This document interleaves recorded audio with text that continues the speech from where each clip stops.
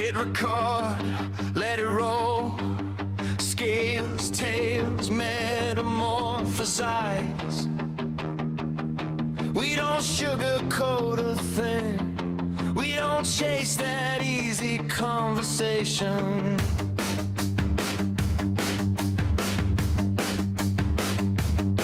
Real keepers in the chat. Habitat, vivarium, palladium. From the rack to the biotank. From the desert to the jungle. Cold-blooded conversation. Real talk, we walk that walk. No hype, no bait, just learn, relate. Cold blood. Real talk, same crew, one community. If you're here for the truth, then you're one of us.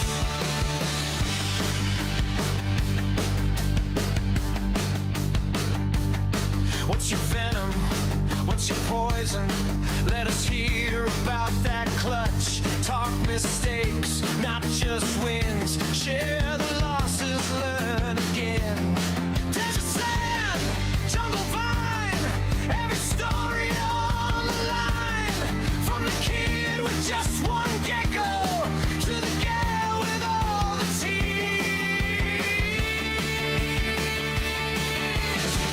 Cold-blooded conversation. Real talk, we walk that walk. No hype, no bait, just learn, relate. Cold blood. Real talk, same crew, one community. If you're here for the truth, then you're one of us.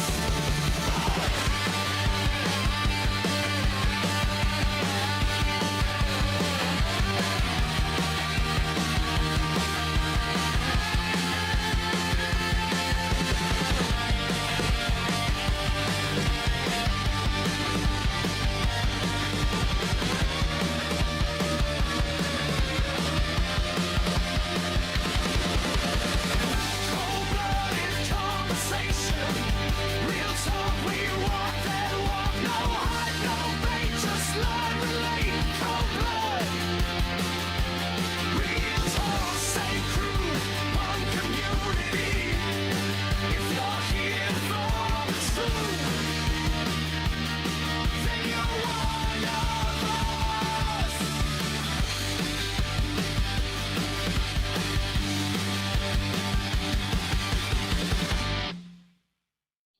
We are live. are live. Good evening, Hello all. Andy, Paul. Happy Wednesday. Happy Hump Day. Yeah, Happy Wednesday. How are we all Happy doing? Wednesday. Very well. we had very a well. successful day today compared to the rest of the week. You've not had the best week, have you, Andy? No, I've had a really crap week. Andy's lost half a finger, Paul. Well, Half a just finger? Took the tip off one of my fingers yesterday. What weird? Like a router or a chop saw or something? No, I pushed a cover shut on a vehicle and I didn't realise there was a bit where I shouldn't put my finger. Well, now you know at least. Yeah. Every day's a school day, I guess. Yeah, so that was a fun one. But, you know, we'll live. It's glued back on. We'll get away with it. Fair enough. Wasn't your finest moment, was it? No, I mean, I broke another one today. It's just not normal, Well, Andy. It's just not It can normal. only get better, surely. Can only To be get fair, better. it from comes here. in threes, so whatever happens tomorrow, that's my 3. Unreal. Absolutely unreal. Oh, right then, where do we start? Should we do a bit of housekeeping? So, welcome back to the M.A.D Exotics Podcast. As you can see tonight, we are joined by Paul from Paul's Monitors. Good evening, Paul. And then we'll just do a quick run through the chat and see who we've got. We've got incredible inverts. Nath, we've got Octobud, we've got Lulabelle's Jungle, we've got Isabel, we've got Paul's Monitors, oi oi. We have Nardini's in the chat. Good evening, Nardini. Praz UK, hey all, JB Jurassics. There's so many names, I've not really got a clue what's going on. Have we got public liability insurance? No. What happens, We don't need it, happens. it'll be fine. It's odd seeing you both in the light with it being an earlier podcast, isn't it? Well, Sober I as look normal. sober as well, maybe, Lou. Lou was out for a birthday last week, and she managed to catch us all. And yeah, Beauty, again, for those that I don't know whose name you are properly, I apologise, but welcome in. As you can see, we've got Andy, who's the critic member, we've got myself, Mac from Max Morphs, and obviously Paul from Paul's Monitors. A quick overview of Paul, I'm sure that you all need to know. Paul is a monitor lizard keeper, amongst other species, content creator, and is involved with industry movement.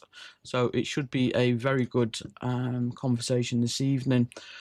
As always, we have to make you aware of our sponsors, Faunalux, Snakes and Adders, and the Reptile Keeper. Any links below could and do support us on the podcast with a small kickback at no extra claims to you. So if you do use them, thank you very much. It is highly appreciated. It's always a lot doing that. It's always a lot. Always a lot. Paul, you just finished work, haven't you? Yeah, not long. I got in like 6:30, animals, dinner, podcast, all go. Yeah, busy. Podcast all go. So I'm sure there's going to be a lot of happy people out there seeing you back behind the camera again. It's been a while since you've done anything yourself. And we'll get into that a little bit later on. So for those, I've just got the misting system going off, apologies. For those that don't know who you are, Paul, can you just give us like a quick intro to Paul and what sort of led you here today? We're trying to stay away from I had my first reptile at 13. I did this, like we've all been there, we've all done that. It's been heard 1,000 times. But what's brought Paul's monitor to like where you are today? How you ended up here? I don't know, probably chronic depression. I was a curious kid, right? I was bitten by an adder at 7 because I was out catching weirdities, and I qualified as an electrician because my dad told me to get a real job. And a couple of years ago, I was sort of headhunted by Monkfield to come and work and look after the Habistat brand. I've always been into reptiles. I wasn't really allowed to keep them as a kid. And when I moved out at 17, I went crazy and got everything under the sun and kind of learnt the hard way that there's a lot more to it than where can I cram this creature in sort of thing. And I've always been quite insightful, and I'm very spiritual by nature. So looking at the empathy of these animals and kind of figuring out what makes them tick kind of makes me tick, and it's kept me alive at times, literally. So yeah, I think the stars aligning perfectly to whatever being it is that created me is why I'm here, right? And that's why I'm just here for the love of it. And I kind of started Paul's Monitors to try and help people care for monitors, because there's a lot of disparity between what you can and can't get away with when you all reptiles, right? But when you level up, not that I like that term, but when you move from your bearded dragon, leopard gecko, crested geckos into your first Aki, or God forbid a Bosque monitor, Savannah monitor for the Americans, or even worse, a Nile monitor because they're 50 quid. I was kind of that voice of reason, and I was never scared to be like, don't do that. That's hideous. Why? So I think a lot of people respected that. I still don't know to this day why I became popular, to be honest, but I think it's just because I have no BS about me and I just say it how it is. But that's kind of it in short. 31, father, loving partner who lets me keep a bunch of lizards in our house. That's kind of it really in a nutshell. Fantastic. Couple of questions in the chat. Where can I buy a classic Habistat fuse holder then? A classic Habistat fuse holder? Depends how old it is. If it's under a year, then just email info@Habistat. And if it's not under a year, still email info@habistat.com and we can help you out. I don't think you can buy it off the shelf. Just email us. Nave's also said he got his 2 baby Akis, his first monitors about 6 weeks ago. So happy days. Nice. Katie's Reptiles, so good to see you, Paul. And JB Jurassic, the hair, Paul, the hair. The problem is, oh yes, that's correct. I was very famous for my hair and Crocs. I forgot that. That's very instrumental in who I am as a person. There's nothing else underneath. It's just hair and Crocs. I think one of the very first videos I seen of you was in your Crocs. Yeah, I've still got them, but they're those bright green camo Crocs. I've worn the bottom of them so much that you can physically push your finger through them. Yeah. So I kept them for memory's sake. But yeah, and then currently I think the camera's flipped. So this is actually probably what I look like. So my hair is probably not looking as beautiful as it possibly could be. But I'm getting old now, so it's fine. I'm not the whippersnapper in my mid-20s anymore. I'm my age starts with a 3 now, so I'm getting on a bit. But yeah. You're still a youngster in the chat. Yeah, you're just going to say, you say you're getting on, but you definitely a good decade on me and Andy. Don't worry too much yet. I don't feel it, though. That's the problem. Oh, no, once you hit 30, that's it. The body breaks down.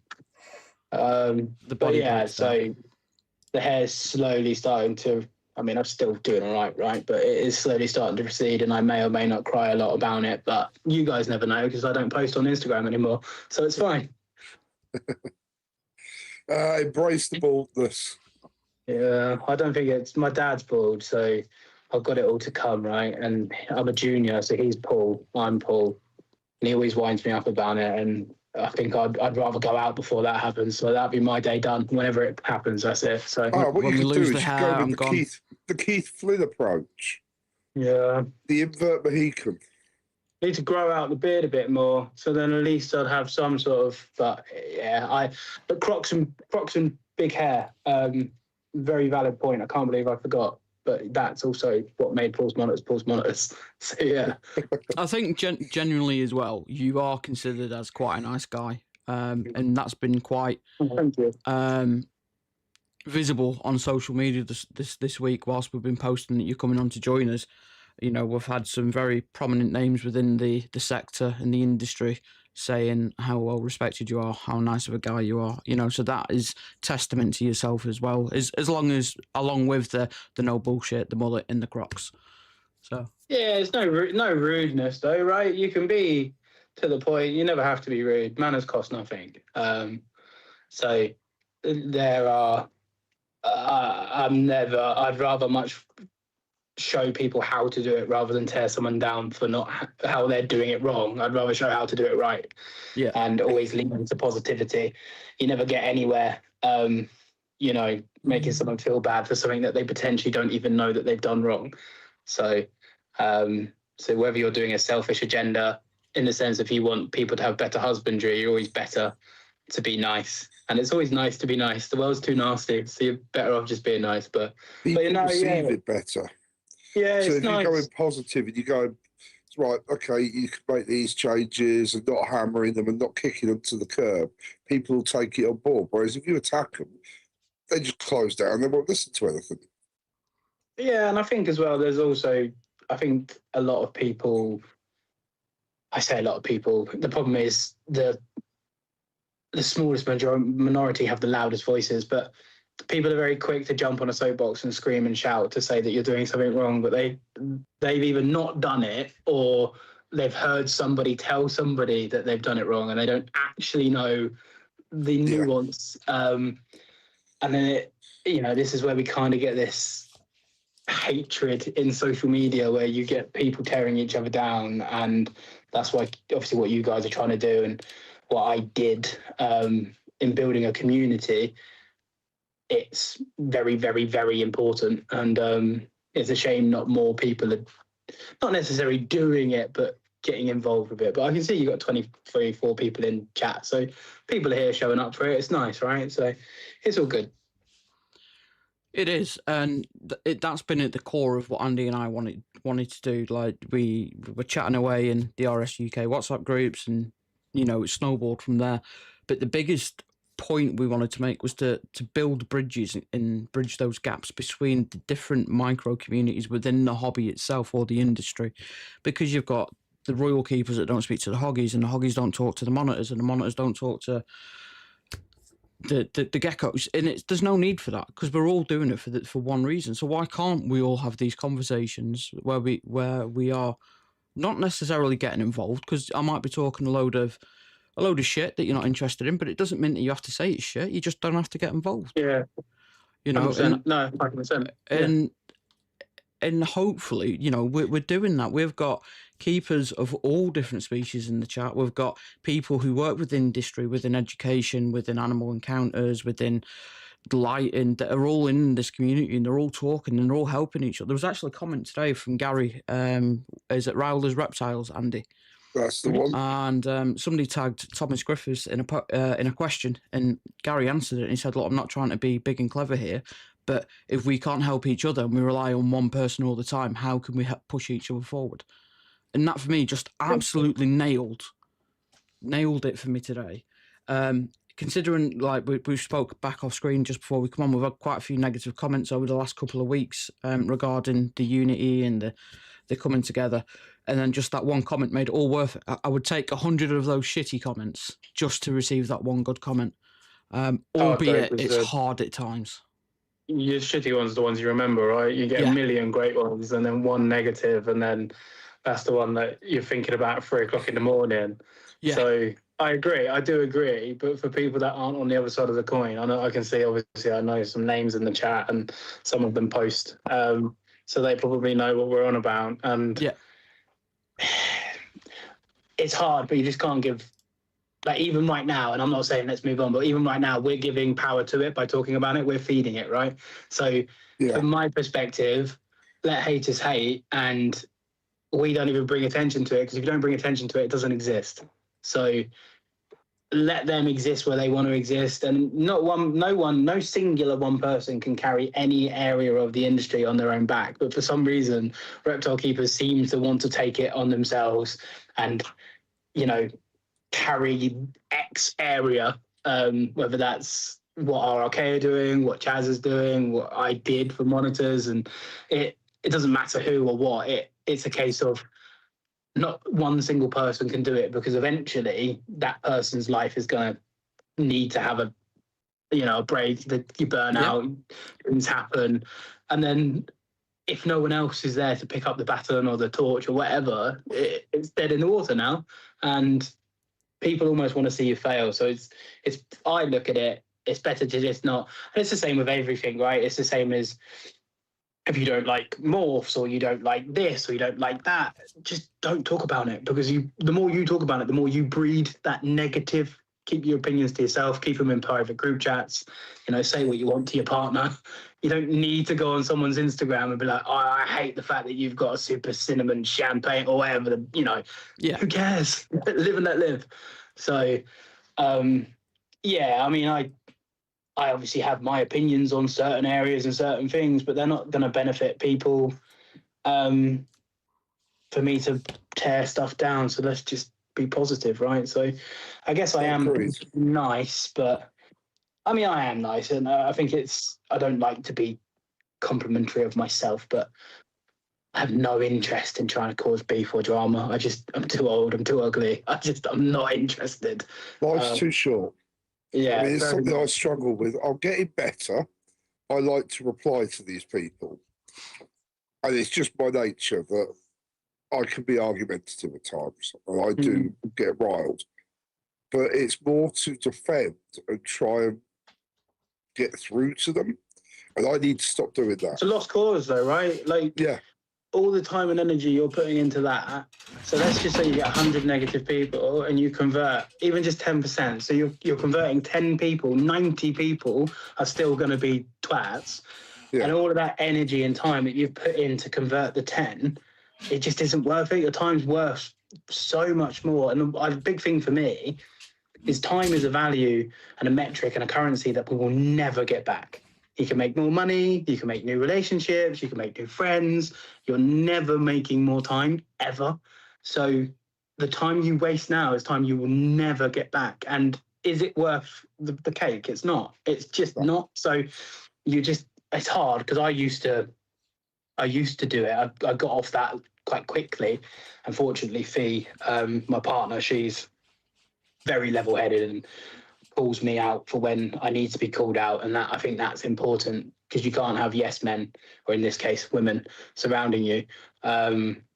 So I got out of it quite quickly, but you're just wasting. The only person that is holding it is you, because they're not at home going, ha ha ha, I got them, or they're not at home going, I can't believe you put that negative comment. They forgot about it. They're on with their life, but you're there at 3 o'clock in the morning going, oh, I can't believe they commented that on the video. I can't believe they said this. The only person who holds it is you. So my advice is the sooner you can, and we're all working on ourselves, right? Life's a journey. It's about becoming a better version of yourself than you were yesterday. So that's life. But the way you work through it is, if you've got a bunch of comments that are positive, spend double the amount of time on thinking a reply to those people than spending any time replying to the people that have been negative. Don't give the people the time of day, basically. And that's something I need to learn to do. I know I need to learn to do it. And I'm getting there with it, but I'll be honest, I've still got a way to go. Yeah, but that's good, that self-awareness, right? It's good that you can admit it, because I think some people get stuck, and admitting it and knowing it and accepting it and trying to change is the first step into actually the journey of changing, right? So exactly. that's a good thing. The other thing is, obviously, with the whole unity thing that we're pushing for and all that, if I show the negativity back, that's not promoting the unity. No, that's true. You're not. That's correct. And that's the biggest thing that is giving me the kick up the arse to get it back in check. Because I can't be pushing for positivity and unity and grouping together and support, and then go, you're an arsehole to the next person who comes along and pisses on me. Yeah, you got to practice what you preach, man. Yeah, but we also don't have to reply to them, Andy. That's the other thing. And I think both of us so I have done. Andy's a little bit against that, because he thinks that we should be quite transparent on the negativity that people say as well as the good. So, but I think the last week, 2 weeks, both of us have commented when we should have really just taken that breath and waited 5 minutes and then gone, I actually don't need to do that. So it's really good advice, and I think both of us will definitely. I know I will, and I can see from Andy saying we will both definitely take that on board. Feel free to message me, guys. I mean, I'm terrible at replying nowadays, but if you need to not have advice, but I've kind of walked the walk, right? So just drop me. That's very appreciated. That's very appreciated. There's a couple of comments. People give that. Yeah, there's a couple of comments in here from chat, so I'll just run through them quickly. One of the things that we like to do is, if we, like you said earlier, if we didn't want audience participation, it'd be pre-recorded, wouldn't it? But we're here live for that audience interaction. Let's dive in the chat. It's all good. So Lou says more people need to be supportive, and together it makes the community stronger. Fiona says preach. Catty says she gets some that's wild. A significant other. He's even here supporting them. She, I mean, I adore her, and hopefully she adores me, but she don't care about this side of life. But even then, she's here. So get yourself a real one, guys. Yeah. I have, believe it or not, in luck. There we She's go. gonna kill you. She is gonna kill you. She's here tonight to watch. So she's Bluebell's Jungle. No, we've done that one. Katie's, what's the point in following other people on social if we aren't going to support them in the real world? You spend too much time and energy and it eats you up. I've started blocking people now. This is one that I've seen actually. BK Beardies and Exotics. Paul, your vids are inspiring, mate, and it's the very reason I want monitors in our collection, but also why we don't have anything yet. You educated us and stopped me rushing in. Humbling, man. It's humbling, right? So I appreciate it. It's because I'm just a guy that keeps lizards, right? And I've had people from all around the world be inspired by what I try to do, because I don't even do it. I try like everybody else. I'm not a god. I'm just a guy. And the reality is we all are. We're just a person existing the best life we can try and exist. And I really appreciate that. Thank you, BK. That's really kind. Thank you. Michael's just said, Mac is the most trigger-happy admin going. He doesn't like your phone number and you're getting kicked. No, that's not quite how it works. Lou says, is that an open offer to keep pestering you? Big up Fee. Love the behind-the-scenes legend. Paul, stop underselling yourself. So lots of love in the chat, which is really cool to see. I think we've kind of like dropped to that point where it's like we've called out the shit. Let's get onto some good stuff. Yeah, and it needed talking about. It needed talking about, but we'll move on. So you've said that you've had like sort of all the traditional pets. What was the last pet before you got your first monitor? Well, I don't just keep monitors. I have a few agamids and geckos and stuff. I've always not just had monitors, but my first ever monitor was a Bosque, and that would have been 2015-ish. And he was 4 foot snout, tip of snout to tip of tail, and he was in a 10x5x4 from like just bits of wood I stole from skips on building sites.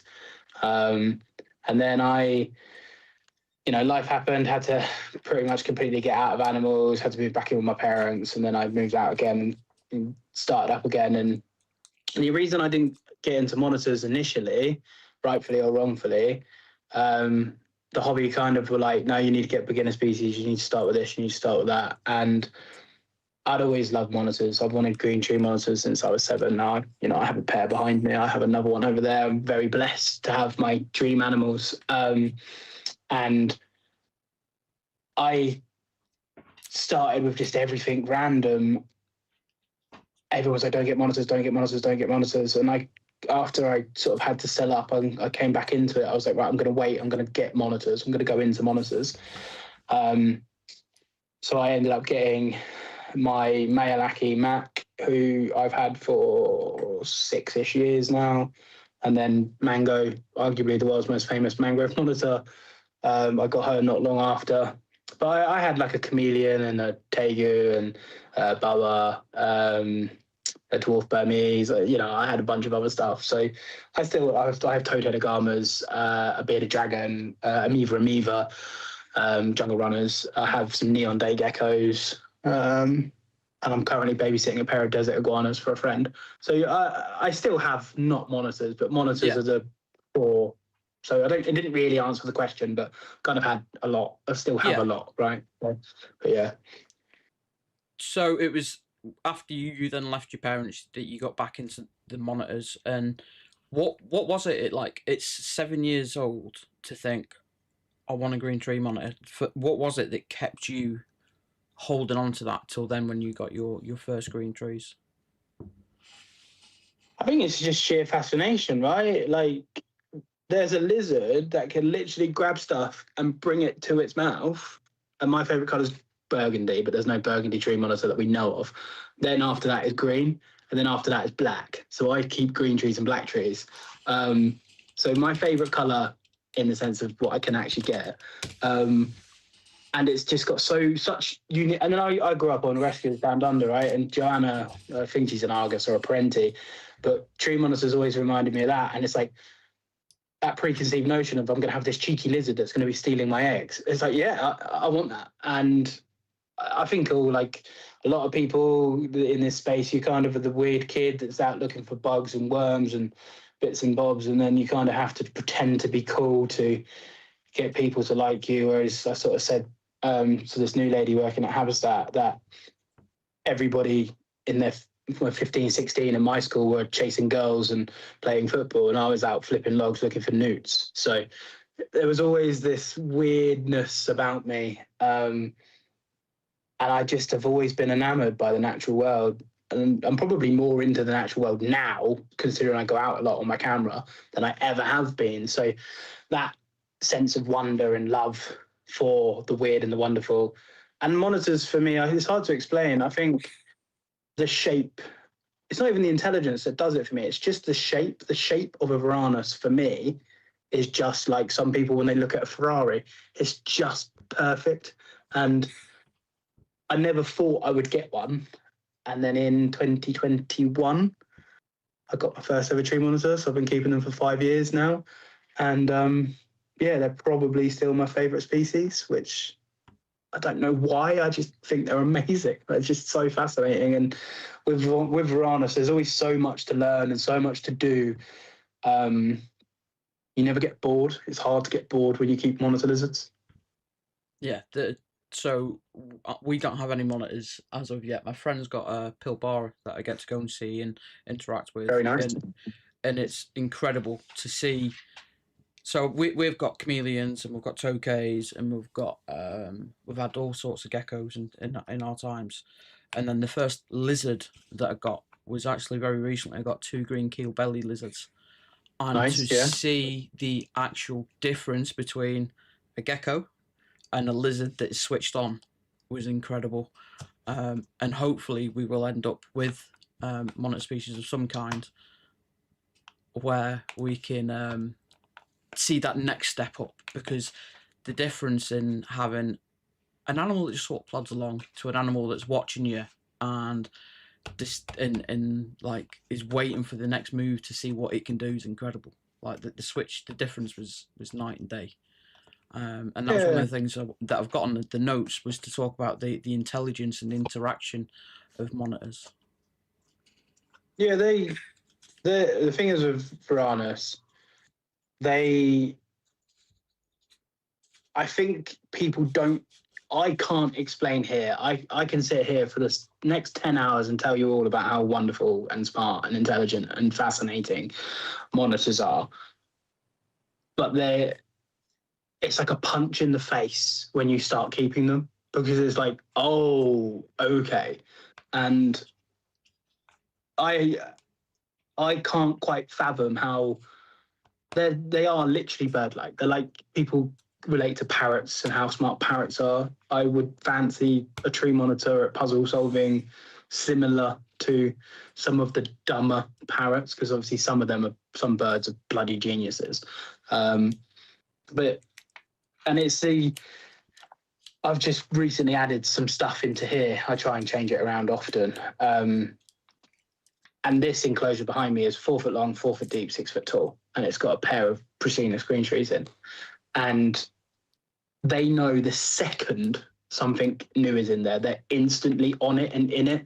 Whereas it might take your snake a day to find it. It might take the leopard gecko a couple of hours. Whereas they are instantly on it, around it. And they spend the best part of 3 hours being like, what is it? Why have you done this? And Riddler and I, Riddler Reptiles, he's another one, RIP, in the social media landscape. Shout out my boy Riddler. But he's coming back in August. Visit us. Well, let's see. He's agreed. He's coming. Yes, we've got.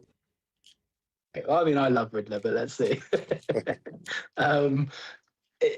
He did his puzzle feeding with his golden retriever, and my mangrove monitor completed the puzzle feeder quicker than his golden retriever. So that just, they're very smart, they're very intelligent, but then they demand and command so much space and enrichment and complexity purely because of this. I think all reptiles are highly sentient, and all reptiles and all animals deserve to be deemed as worthy as others. And I struggle to talk about monitors saying that they're elevated, but just same as humans. Some humans are smarter than others. I'm nowhere near as smart as Einstein was. So monitors just are that brainiac bunch, and the fact they've evolved to be all-terrain killing machines, just, for me, it's a velociraptor. It's Jurassic Park. They even use Salvadori, the crocodile monitor, for the eye of one of the raptors in Lost World, I think. They are raptors. So yeah, they take a lot, they need a lot, and they deserve a lot, but they give you much more. So that's why I love them so much. You can't ask for much more when that's But when somebody speaks so clearly, so passionately, and it's noticeable. I've got my wife sat next to me, and she's just like, he's right. She sat there nodding away and lapping it up like a little puppy dog. And you're like, we need a monitor. We need one now. Yeah. Did you find yourself making any early mistakes with the monitors, or do you feel for sure, loads. I still make them now. Yeah. I've said this story and I don't shy away from it, but when I got Mango, so she's Varanus indicus, the Solomon Island mangrove monitor. There's two species. There's Varanus chlorostigma, which has been elevated. So they used to both be Varanus indicus, but Varanus chlorostigma is the Papua New Guinea and comes into the top of Australia. And they're big. They're like 4 or 5 foot. They're big lizards. Whereas Solomon indicus females are between 2 and 3 foot. Males, 4 foot's a big one. So Mango is 27, 28 inches total length, and she's missing an inch or two off her tail. So call her 30 inches, but quite petite. She's a little lizard. I saw her on Pre-Loved, 300 quid. I was like, yeah, that's a cool lizard. Let's go and get that. Would have been about 2020, 2021, something like that. And went to this guy's house, picked her up, and she was like a bat out of hell, huffing, puffing, whipping, biting. I was like, shit, what have I got myself in for here?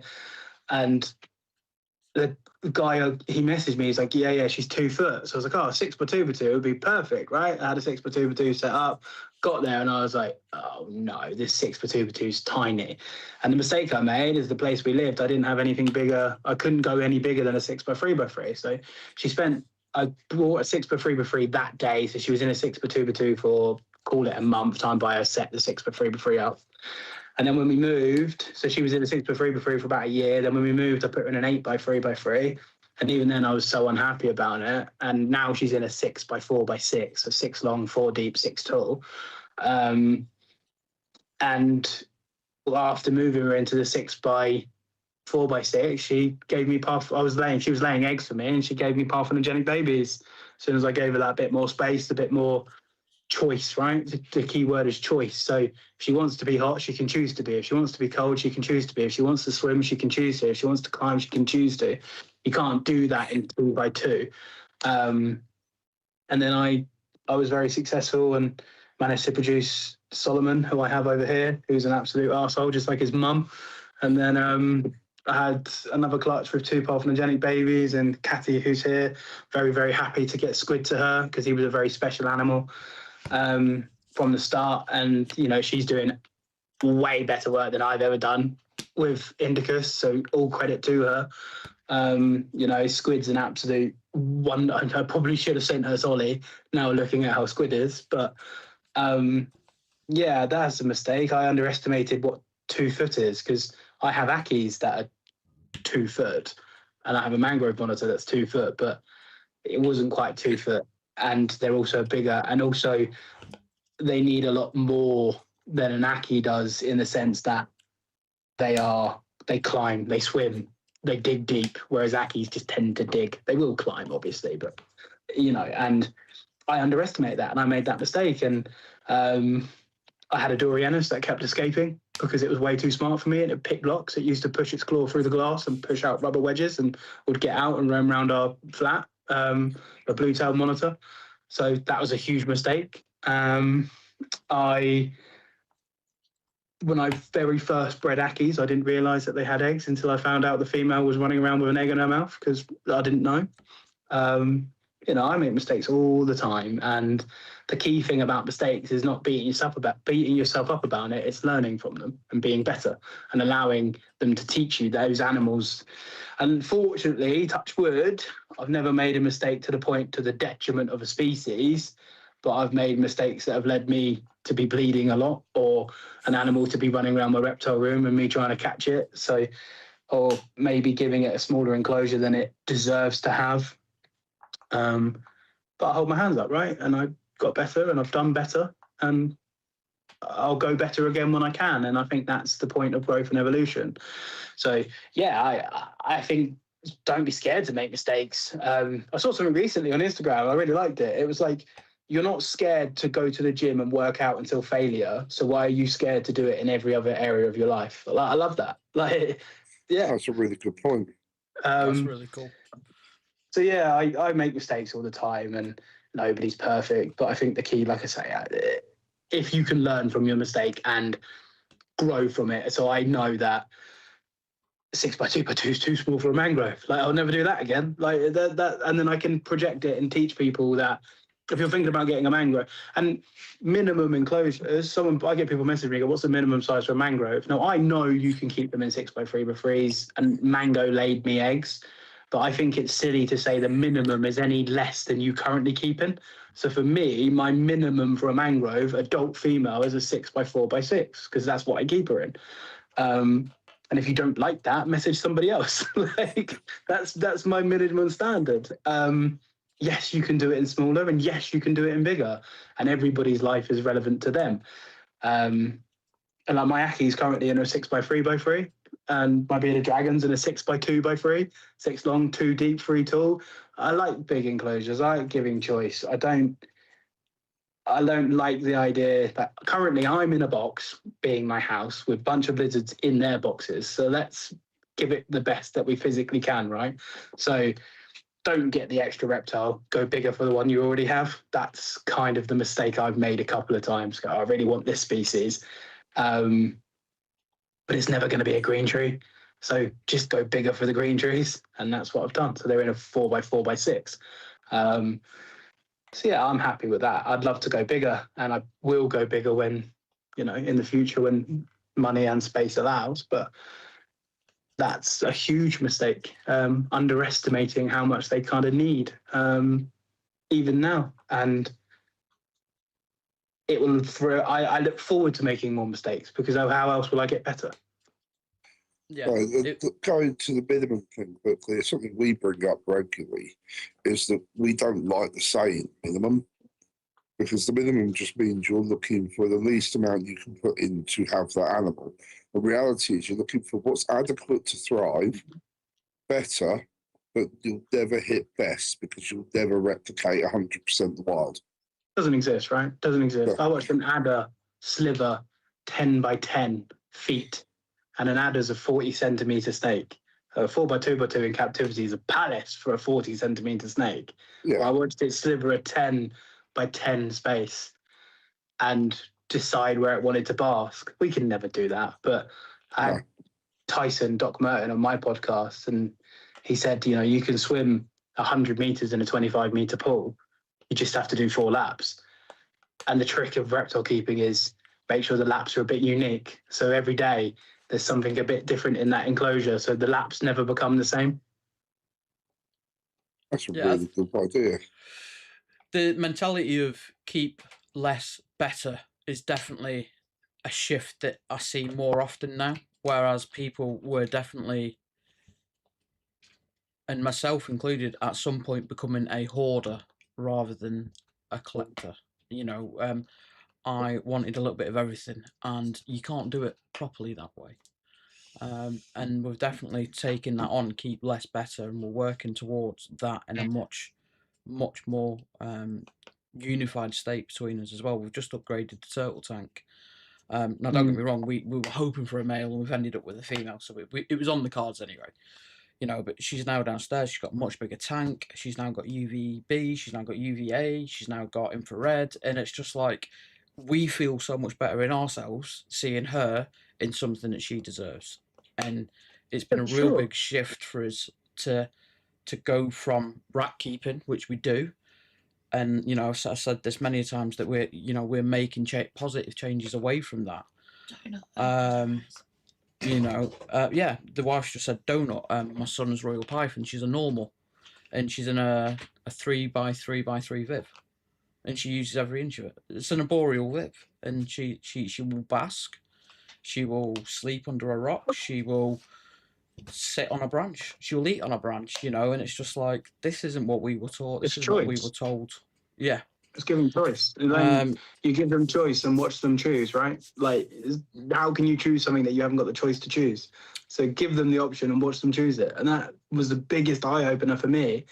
Because I had a lot of people, when I put Mango in the 646, they were like, but she's laying eggs in the 633. She's clearly happy, because for some reason, procreation is a deemed level of welfare, and it's innate in them to do it. But that's a different tangent. Don't give them the bigger space. She's happy. She did. And I watched her climb 5.5 feet up a vertical log. I cried. I was like, I can't believe that I've been neglecting you for so long, And why the hell did I not do this sooner? And the reality is I couldn't. I did it as soon as I could. And I and you, we shouldn't beat ourselves up for it, because the point is, I had a goal, I set the goal, I made the goal happen. It doesn't matter as long as the animal's not actually in a negative situation, it doesn't matter if the goal takes 6 months, a year, 2 years. But if you go, oh yeah, I'm going to side quest and get some knobtail geckos, and I'm going to side quest and get a house snake, and I'm side quest and buy a new ball python, whatever, that's taking away from the goal. And that's when you need to step back and go, right, am I in too deep? Because I've set this goal and I keep making excuses. And there's no right or wrong answer. Only us as individuals can judge that. But the way I look at that is, I have a plan to upgrade Solly soon because he's growing fast. He's 2.5 years old now, which is mental. And I need to move a few things around to be able to do it. I'm not intending to buy any new reptiles, but it's like, I could do it now. Stop making excuses. Oh, I'm busy, I'm this, I'm that, the money, blah, blah, blah, blah.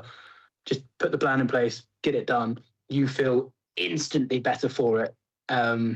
So, that's my outlook on it. And our Beardy was in a 4x2x3, 4 long, 2 deep, 3 tall. And our Beardy's only tiny. It's like 16 inches total length. It's a very small female bearded dragon.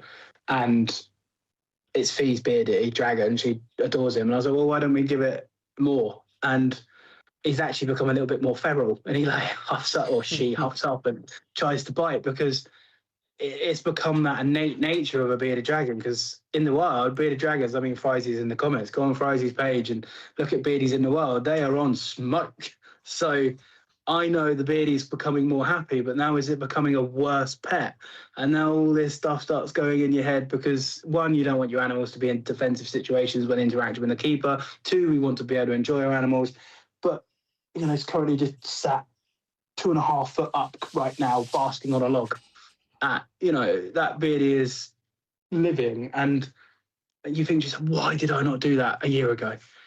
And you will never put an animal in a bigger enclosure and go, I wish I didn't do that. Like, you just won't. So I've spoke about this a couple of times. I've been kicking myself over my toe case. We moved them temporarily out of a 90x90 into a 45-60, and it was literally supposed to be for like a couple of weeks till we got a bigger enclosure, and they laid eggs. And I've not moved them in fear of them stopping breeding, of them eating the eggs, not accepting the eggs, and I've kept them there and I've kept them there. And then this week I've moved them and I'm like, fuck, I wish exactly like that. Fuck, I wish I'd done that sooner. And it was, but I had in my head, like you said, they're happy, they're breeding.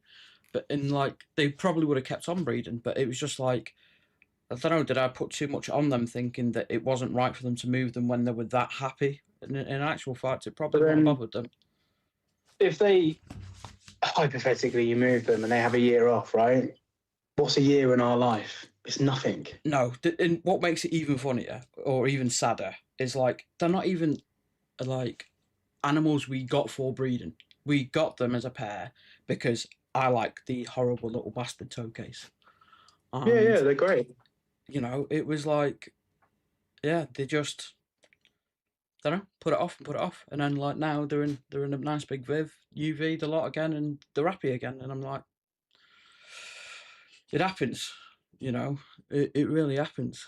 You'll get healthier, bigger, stronger babies for it though, right? So the more the mum can exercise, the more muscle mass she can build, the healthier she becomes, the more she can put into her offspring.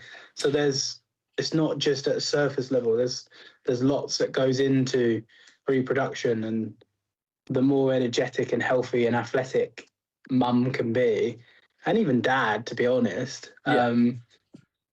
So you're only going to get better babies for it. Yeah, mum we never see anyway. She's horrible. But Bruce is my boy. So he is. Bruce is my boy. He likes belly rubs for a tokay. It's incredible. Pretty good going. Incredible. Yeah. Whether he'll keep that up now, he's got the extra space. Yeah, I know. Or will he turn into the horrible tokay that he used to be? It's So we've gone off on a tangent, and I love this because these podcasts, they're never an interrogation or always a conversation, and I find that we end up talking a lot about stuff further down, etc., back and forward. But if we jump back into like Paul's monitors, at what point did you start with social media, and then how quickly did that grow, and then when did that become like what can I say? How can I put this? Like where it becomes a big focus. It's not just something I'm doing on the side of keeping the animals. It's now I need to do this for social media. Oh, I struggle with timelines, ADHD problems, but Yeah, I started posting properly, I think 2021, 2022, I think. And it wasn't long before I had a viral video, and viral video gained me followers, and then I had another viral video and it gained me followers, and then I started YouTube kind of a year after I started Instagram. I only ever had Instagram, and I only started it to try and help people. I never ever wanted to become a somebody, and that kind of happened as a byproduct of trying to help people. And then I would reply to every comment. I would reply to every message. I would reply like in depth and really try and help people. And to be honest, it took a lot of time away from Fee and my animals, because like anything, right? So if someone came over here who's not been here in a year, they'd look at Solly and go, Jesus, he's grown. But because I see him every day, you don't really realize the snowball and how much you're actually in something, because you are in it. You have to physically step out of it to see where you are. So it all was a bit of a whirlwind, really. It was 10K, 20K, 30K, 40K, and I was close to 50K followers before I kind of had a back step. I was doing 2 to 3 million views a month consistently by 2024. And I'd be getting hundreds of comments and messages a day, and that's a full-time job. Caring for the lizards is a full-time job, plus I was a Sparky, so I had a full-time job. And then being a dad, and then being a boyfriend, and trying to be a son. And then, very sadly, I lost my granddad in 2024. It fucked me. I was so depressed. The last thing I could not be bothered with.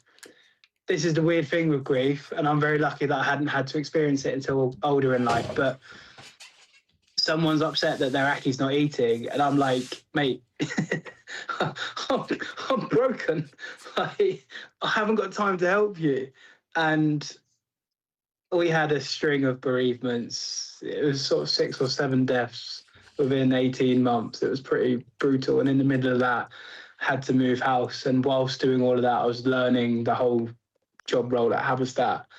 And something had to give, and that was Paul's monitors, to be honest. I didn't have time. I didn't have the energy. I found myself back in therapy.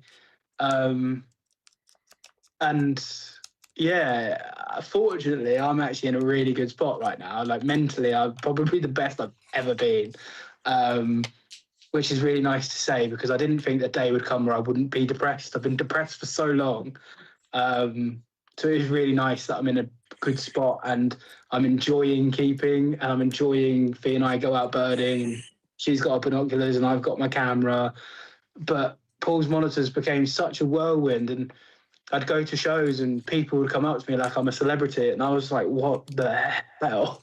Like, I was never made for that life. And I'll never forget it. I had a guy message me.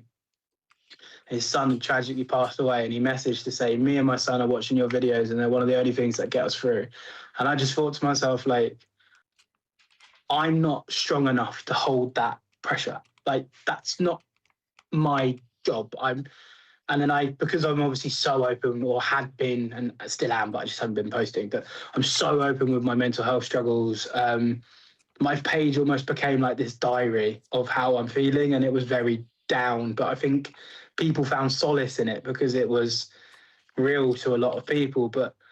And it was quite cathartic to me, and I was able to voice that, but it was almost breeding this echo chamber of like I say, if you feed the negativity, it stays negative. Like I could go right now, as an example, I could go, oh my God, it's 8 minutes to 9. I need to make lunch. I need to get up early. I need to go to work, blah, blah, blah.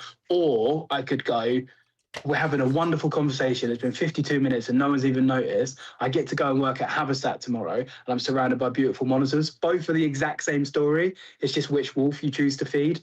And I'd spent so long on the depression train, I had to get off it. I just had to get off of it because it was heading for a wall. And I had to step back and grieve my granddad and be there for Fee for things that had happened with her. And she had to be there for me. And I had to finally, for once in my life, put Paul first. And yeah, it got a lot quick. And I'm will ever be grateful for the platform I was given. I wouldn't have been given the Habistat job without Paul's monitors. So let's be very clear. I'm incredibly indebted to the people that entrusted to follow me. But I had to put Paul first. And a lot of people message me and they're like, oh, when are you coming back? And when are you coming back? I miss your podcast, like this, that, and the other.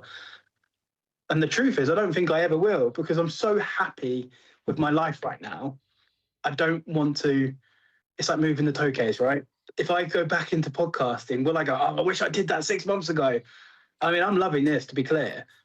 But before you know it, you're a slave to it again. And I have to be live and I have to reply to the comments and I have to keep up with the messages. And I don't want to do that anymore. I want to enjoy keeping lizards and go out and take pretty photos of adders and birds. That's what I want to do. And I want to share that. And I still post, but I don't create content. I don't sit and edit and make them witty and clever. Like, you know, you guys have obviously been speaking to me lately and all the text and stuff and the posts you do, like, you're doing great, but I know how long that takes, right? And fair play to you, but I don't want to be doing that anymore. I just want to be There's nothing wrong with that. And off it goes. And there's nothing wrong with that. And that's what people forget as well, that when someone does want to be selfish, and let's face it, looking after yourself is selfish, but it's not a negative thing. But so when someone does say, I want some me time, there's fuck all wrong with that, you know, and that's where people don't accept that, you know what, people have got a life, people have got their own animals, people have got a job, and it's like, it doesn't all have to be doom and gloom. I want to go and take pictures and spend time with my family and my kids, and there's absolutely nothing wrong with that at all. When Andy was on the road, mobile mechanic, I used to get text messages at 3-4 o'clock in the morning off him, but I knew I had to silence his number because that was his work time. But he didn't get the arse that I didn't reply because he knew that I was asleep in bed. And it's understanding the situation of people around you. And if you can't do that, then there's no point. Be accepting of how people are.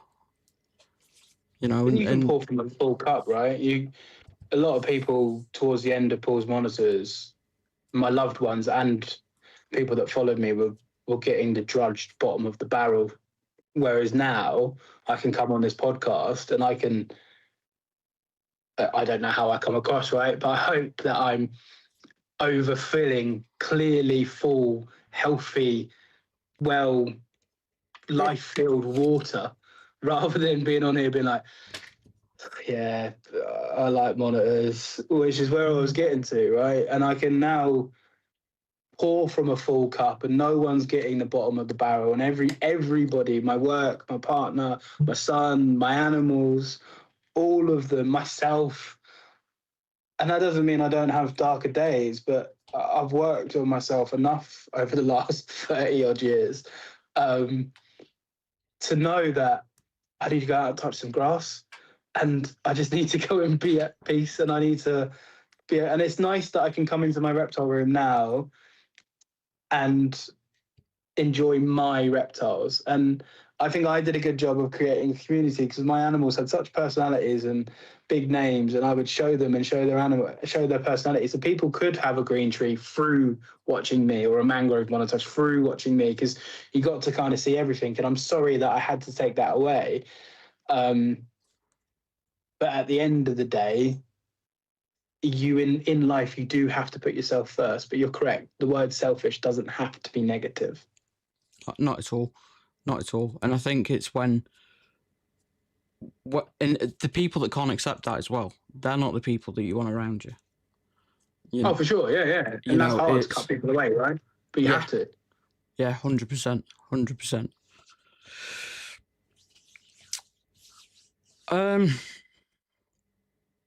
How many? I'm trying to jump all over the place here for a minute, but like you've obviously said about looking after your animals and that time that's needed for your animals. Like, how many do you know? How many you've got? How many species you've got? Species I'd have to count, but I've got 13 individuals. So I have green tree, black tree, ackies, mangroves, obviously. Let's just go around. Toad-headed agamas, mangrove monitor, ackie monitors, bearded dragon, green trees, mangrove, black tree, green tree. So yeah, not a lot. It's quite nice. Not a lot.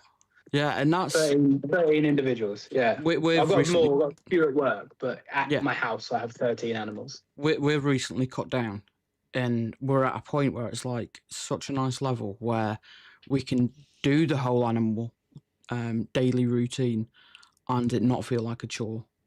And it's great when you get to that level as well. That's the problem, though, right? When it's a chore, you I'll just quickly do the water. I'll just quickly throw the food in. That doesn't give you the time to, one, allow enrichment by turning substrate, adding new decor, moving food positions if you've got geckos, for example, moving water bowls around so animals have got to actually look and adapt to find resource. And then two, you don't have time to just sit. Like, I'm in my reptile room now. I have a little chair here. I play Call of Duty with my friends, have a little zone out in my reptile room. If I work from home, I'm in my reptile room. And you actually get to sit back and enjoy what you've done. So I can sit and watch my tree monitor, spend an hour playing in that piece of wood that I put in there, or trying to fish out bugs from a little puzzle feeder. But if you haven't got time, then you haven't got time to enjoy it. And it's almost a bit like, well, what's the point in doing it? Like, if we're not going to have these animals to like enjoy is a selfish term, but if we're not going to have them to be able to fulfill their lives so they can fulfill our lives, what's the point? Well, they might as well go to somebody else that has the time and capacity.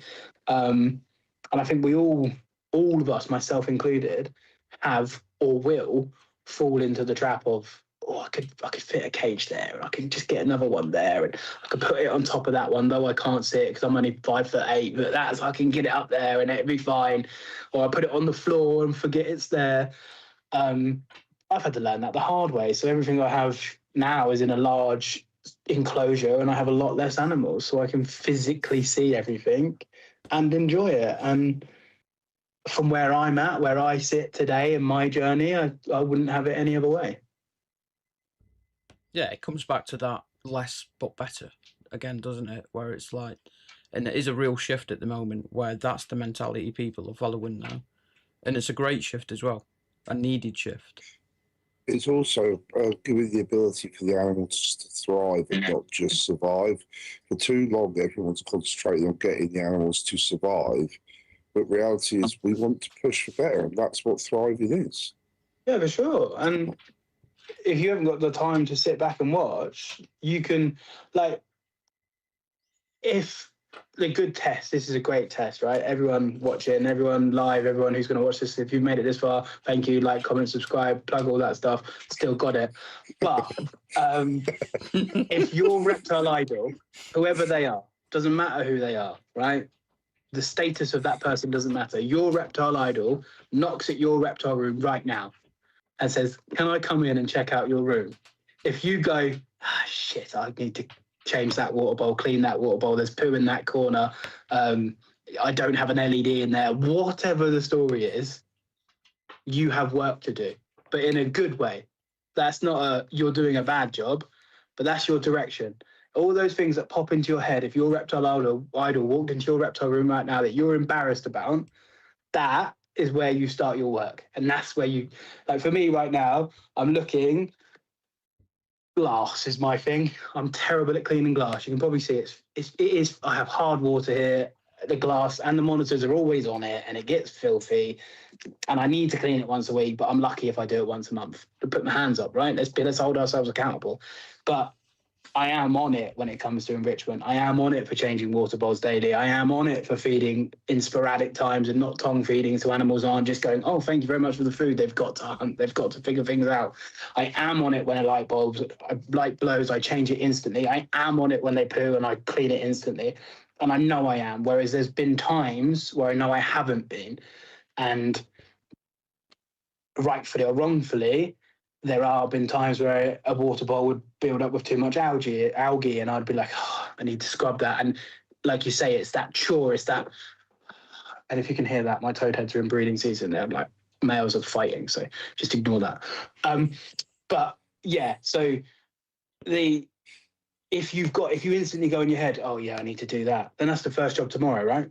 And that's a great way to keep yourself in check, because if you're embarrassed to show your room to your idol, then there's work to be done. Wake up and get it going. There's always going to be work to do, though. There's always going to be ways to improve. You're never going to be the best. It's like with everything. Every day's school day, and you only stop learning when everything ends. Oh, for sure. And I think anyone that says that they're the best or they know it all, you should probably not listen to them, because they probably... It's not work. Like, we all are on a journey, and finding, like, I'm again very outwardly. I say outwardly. I'm good at sitting still, but my brain never stops. So I'm quite ADHD, and I am quite good at being reactive to things that are immediate, because that's how my brain works. So I know that. Whereas if there's something in the future doesn't exist for somebody like me. So cleaning glass on a Monday, for example, we're Wednesday. Monday's way off. And then Monday comes and I'm already on to something else, and it never really happens because it's not reactive. It's something that can be put on the back burner. So I have to find ways to hold myself accountable. And what I might say is say to Thea, go, right, Monday morning or Monday evening, I need you to just say to me, I need you to do that because it feels urgent. And that, for me, triggers that, oh God, I need to get it done. Like, someone like myself, sitting down is the worst thing I can do, because once I'm down, I'm not getting back up. So you really need to figure out your own quirks and traits. And I think reptile keeping is laced with people with a touch of the neurodivergencies. So we've all got our own little quirks and traits. And that's great because it allows us to be intricate and see the details that other people that are probably neurotypical miss. But it also means that we're a little bit bad in other areas, and that's okay. We have to figure out the little tips and tricks to ensure that we're constantly on it. And there is always something that you can do to encourage yourself to get like that. But at the same time, as you said, with neurodivergent stuff, you pay more attention, you want to learn, you're more encouraged to. Everyone uses neurodivergence as a bad thing, but the reality is it probably makes you a better keeper. Yeah, for sure, 100%. Like, I wouldn't have achieved what I did with mangroves without ADHD. Like, at all. I wouldn't have picked up on the little nuances and keys and subtleties without ADHD. The ADHD was the only reason that I was able to produce the UK's first mangrove, like Varanus indicus. I think Varanus chlorostigma was done in the early 90s, but that's before my time. But it doesn't count. It doesn't count. Varanus indicus, to my knowledge, I'm the first person on the UK to hatch Varanus indicus, and Varanus chlorostigma apparently had been done, but it would have been Varanus indicus at the time. But regardless, right, in the last 35 years, my ADHD is the reason that happened. So it's not a negative thing, but my ADHD is the reason I'm terrible at cleaning glass. So I need to find ways to combat that. Otherwise, it just doesn't happen. And it's all about holding yourself accountable, because if you can't hold yourself accountable, it's only the animals that will lose because of that. Because if I come in from work and I've had a long day and I go, I've got a podcast, today is a feeding day that I normally do. So everyone's been fed before I jumped on here. It's a non-negotiable. That's what happens. If I was late to the podcast, I have to hold myself to that standard, because as soon as you go, I'll do it tomorrow never comes. So you're constantly chasing your tail. So you have to hold yourself to that standard. But also remember, it's okay to slip and fall and have bad days. Of course it is. But then, right, tomorrow we get back up, we go again. It's the old riding a horse, isn't it? You're going to fall off, you get up, you brush yourself off, and you get back on. Yeah, for sure, definitely. Let's just have a quick check-in with chat, will we? Because it's been absolutely non-stop. So I told you guys I talk too much. No, there's nothing wrong. There's nothing wrong with that. So I seen Mikey join in. I seen CRRN Richard come in. I see a message from I don't know who it was now. It was a bit further down. So there was a lot of love for you when you were saying about taking your step back. A lot of people saying that they don't post when they're having a bad day, and there's nothing wrong with that. Katie's reptiles are happy. Paul is the most important version. It's important to take time to breathe. Richard, come in. Good evening, Richard. When your reptile room becomes a sanctuary, not a chore, is absolutely bliss. And that's from BK Beardies. Absolutely. And then who's the comment from? Where did I see that go? From Octobud. Hopefully Riddler doesn't visit you then, Paul, with the dirty glass and something else that you pointed out needed doing. Yeah, Riddler. Yeah, good old Riddler. And then JB Jurassic comes back when he'd probably be late anyway. Yeah, he's always late. Just tell him you guys, you got to go live at 7, otherwise he ain't rocking up until 7:30. So, yeah. Well, with the fact he's trained to be a pilot, at least you know if he's your pilot, you could get there a little bit late that day. Well, you probably get to the wrong destination, to be completely honest, but yeah. There's we've not even touched on monitors yet. And it's mad. I told you to lock in. You ain't going to work tomorrow. But it isn't. It's not even about that. It's just, and we actually pride ourselves on this that it's Riddler reptiles. Lots of rest in peace for Riddler reptiles. Richard Arachnospace says wonderful for men to be open and about this, as so many aren't. Respect mental health and the struggles that go along with it, as well as the neurodivergency as well. Lou says she loves teaching her own med kids. We are all neurodivergent, so it's easy for us all to hyperfixate and end up on a side quest away from the topic. Just like this podcast. Yeah, but it's great. We built all these episodes around that, though. It's great. I mean, I never used to script mine because, as you can all see, I can talk for England, and very blessed to have this wonderfully curious brain. So I can just kind of talk. So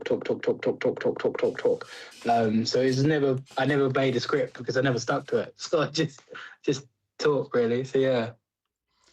There's nothing wrong with that. I don't have a script. Matt has a script. I don't ever see it. The script is just that, and I think we haven't had to use it yet to the point of move the conversation on because it's got stuck. We've been really lucky that the guests that we've had on it and not need it, right? Yeah. So it's been really good. And the other thing we say to people as well is we'd love to have you back. And there's no reason why we can't have people back because we're building a community. So what's the point of having you on, as Andy says, one and done? Because people are going to invest into you for however long this podcast is on for, and people have invested into you previously with pause monitors. So for those people that have already invested into you, it's nice for them to come and see you and meet you and talk again. And the people who are now going to reinvest through this podcast, they want to know how pause monitors is in 6 months' time, 12 months' time. And it's about creating that community and keeping things moving and going and moving forward. Yeah, definitely. I completely agree. But the thing is, like you said, you don't want to be doing this all the time. So coming on as a guest suits you better than going live yourself all the time. Yeah, for sure. I just can't be asked to do the work anymore. It's just so much. You'll come and lap up the glory, but you don't want to do it yourself. Well, I clearly still, it's very humbling to see that I still have people that like me, which is nice. So, yeah. You made an impression. It stuck. Yeah. It's nice. It's the people that follow me and support me. I never thought I'd amount to much in life. 2 seconds. Apparently, the dinger's going in the kitchen, and I'm the only person downstairs. Shit. Yeah, I never thought I'd amount to much, but I seem to have found a home in the reptile space, and I'm very proud of that. So I'm forever grateful for what everybody kind of gave me. Because again, I wouldn't have got the job that I got, and I wouldn't have met the friends that I have and the community that I built. None of that would have happened without people following and commenting and liking, right? So I'm very grateful. Yeah, it's without community, I don't enjoy this. I've always been one for.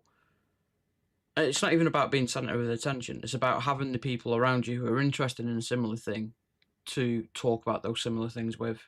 You're investing into other people that want to be involved and want to talk and want to share their experiences and learn from each other. Sorry, Matt. It's There all we go. right. Oh, she's settling the little ones and probably falling asleep with them. But anyway. If we move on to monitor lizards, do you think there is a reality of keeping a monitor lizard versus the expectations of what it's like to keep a monitor lizard? Do you think they're two very different things when people see them on social media and they see these intelligent, interactive lizards doing something cute or impressive, and then the actual, if you don't put that work in, you're not going to get that. So do you think many people fall into that trap? I think a lot of people underestimate how highly individualized reptiles are. So I had a lot of people, let's take the Aki monitor, is normally the gateway into monitors. And if it's your best pet monitor, you can't beat an Aki. There's not a monitor lizard on this planet that's a better pet than an Aki. You heard all monitors say it here first. But no two Akis are the same. So I can tell you how to care for an Aki, but I can't teach you how to keep your Aki, because your Aki is going to be quirky, bold, shy, crazy food aggressive, doesn't really want to eat off time. The personality of the animal is so highly individualized that I can't teach you that. No one can teach you that. Only your animal can teach you that. So by having an animal that is so intelligent and so individualized and so sentient, the one you see on social media will never be the one you buy unless you buy the one from social media. And that goes across all taxa, right? That's the same as that's the same for all species. It's the same for bearded dragons, leopard geckos, royal pythons, all that stuff is the same, but it elevates the higher. And intelligence is a strange topic, right? Intelligence is only, we put human intelligence onto an animal and we deem it smart. So if a dog can understand our language, we deem it smart, but doesn't mean it's smart or dumb in the sense of the animal dog is kingdom. thick as shit. So, but yeah, we put human emotion and human weight on intelligence. So if an animal can count, we go, oh my God, they're a genius. So I think a lot of people, when they get into reptiles, or should I say, people that get into reptiles because they've seen a video that they want to try and recreate. And normally it's like a coming eye, an Asian water monitor, big monitor lizard that's super friendly and they're stroking it on the chin. Whereas the reality is most of them are wild caught and you're never going to see them. And that person who's doing that has either A, spent every hour of every minute of every day working with that lizard, or B, kept it in such dire situations that monitor lizard has got nothing else to do but interact with its owner. So, and if they're not open about it, you don't know which side of the coin it is. And I know which side of the coin I'd rather be, but you may never get a lizard like that because they're so uniquely different. And I have 3 green tree monitors here. All of them are completely different. They've all got their own personalities, their own quirks, their own favorite foods, their own favorite corners, all this different stuff that makes them individuals. So I think when you get into any reptile, you can't assume it's going to be any which way because who knows until you get it, right? I mean, if you look at Emsworth, isn't it, with the crop monitor? Yeah. That is puppy dog tame for a crop monitor, but I couldn't go out and buy one and get it to that level. I know that now without being sacrificing every hour, every minute of every day, and still getting it wrong and having it hate me. It's hard. It's like, so my female, I say it's mine, it's a friend of mine. I have it here, but I don't own her. It's a friend's lizard, Fern. I mean, he's never getting it back, but she's mine now. But when I got her in 23, and she is either a farmed or an import. She's not captive bred. And the person we got it from was treating her as a captive bred animal because she was sold as a captive bred animal. And she was expecting it to run up her arm on tongs and, jump out and stroke the chin, whereas she hadn't eaten in about 2.5 months when I got her. And I had to have her enclosure covered with a towel for 6 months and manually, automatically mist her and fog her and shout out Habistat, Rainmaker and Humidifiers, available at all good stores. There we go. Anyway, we had to get it in there somewhere. I mean, if they're an hour and 20 minutes in, then they can get the plug. But anyway, so she was covered and I had to put food in first thing in the morning before the lights come on. And we did that for months, like 6-7 months. And she's now actually my most calmest lizard in my whole room, really, other than my Ackies. That's best part of 2.5 years worth of leaving her the F alone. But no one sees that, right? No one wants to admit that. No one wants, I've got Kada over there and Kada's been unwell lately. She's on the mend now, but she's cost me nice, quite a healthy vet bill because she decided to stop eating and couldn't use the toilet. And we thought she was impacted and all this other fun stuff, but she was just had a funny turn. And she normally will come flying out the Viv and she can clear 6-foot jumping and all this other stuff. And people go, yeah, I want that. But you don't, and it's no one's fault, right? Because not many people document their lives, but you don't see what goes into that lizard. You don't see the hours and hours and hours of just sitting there watching, hand in the enclosure. No, you can't rush a relationship. It's all built on trust. You need small threads of trust, small positive interaction. And the way I sort of said to people, if you get an animal to tongue feed, get it to tongue feed 10 out of 10 times before you even think about putting your hand in there. Then you put your hand in the enclosure and it's still over there. You tongue feed it 10 out of 10 times. Then you move your hand closer. Then you tongue feed it 10 out of 10 times. If it runs away on the 9th time, you start again until it's tongue feeding 10 out of 10 times. And then you get it to touch your finger 10 out of 10 times. If it runs away on the 9th time, you start again. Then you get it to come onto your hand. And that might take 2 months, could take 5 years. Who knows, right? They're so individual. But if you want a super social, friendly monitor, and that's your goal, get an Ackie, and don't expect any other monitor to be an Ackie because they're not Ackies. And Ackies are like a scaly ferret. You will not beat an Ackie. They don't look quintessentially monitor, but they act quintessentially monitor. But both of my Ackies are puppy dog tame. You can do what you want with them. It doesn't matter who you are, how old you are. They are so social. The female is very food driven, so you almost have to tell her there's no food before you get her out, otherwise she will take your finger off.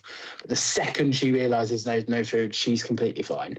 You can't do that with any other animal in my room, including my bearded dragon. And a lot of other Ackies are similar to that. The journey is different, but the end result for the most part is pretty common. But don't get a tree monitor expecting it to act like an Ackie and vice versa, because it will never happen. Just because you go, I don't like the look of Ackies, I like the look of green tree, so I want it to act like an Ackie. But it's not an Ackie, so it never will. And I've had people message me that, why is my green tree not acting like an Ackie? Don't know. Like, maybe why is your Chihuahua not run as fast as a greyhound? I don't know. Like, so. That's a good way of putting it. Very good way of putting it. At the end of the day, you can't expect something to act like something else. It's just not. It's just, and don't get me wrong, there are tree monitors out there and some people that put amazing work into them and they are super social, but that's not the norm. Whereas the norm for Ackies is super social. The norm for tree monitors is minimal interaction. Doesn't mean you can't get a super social tree monitor, and it doesn't mean you can't get an absolute arsehole Ackie. But there's guidelines, right? Oh, You said about Ackies being sort of the gateway into the monitors. Do you think that they are a beginner species of monitor? Is there a beginner species of monitor? I think Ackies are easier to care for than Beardies if you're doing it properly. Like, Beardies are quite hard to care for when you do it properly. When you add veg into the mix and the level of obesity we see in bearded dragons and stuff, I think Ackies are, they have the same care.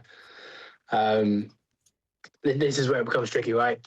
If you're a professional keeper, they have the same care. If you're a beginner keeper, they have the same care. People think Ackies need to be super, super hot. They do. But as long as you've got a similar temperature to a bearded dragon, they just need to bask for a bit longer. And then when you're setting up basking spots, if your lizard's sitting there for 4 hours, you're way too cold. If it's sitting there for a minute or two and it starts lifting its legs up and you see its toes curl up, you're way too hot.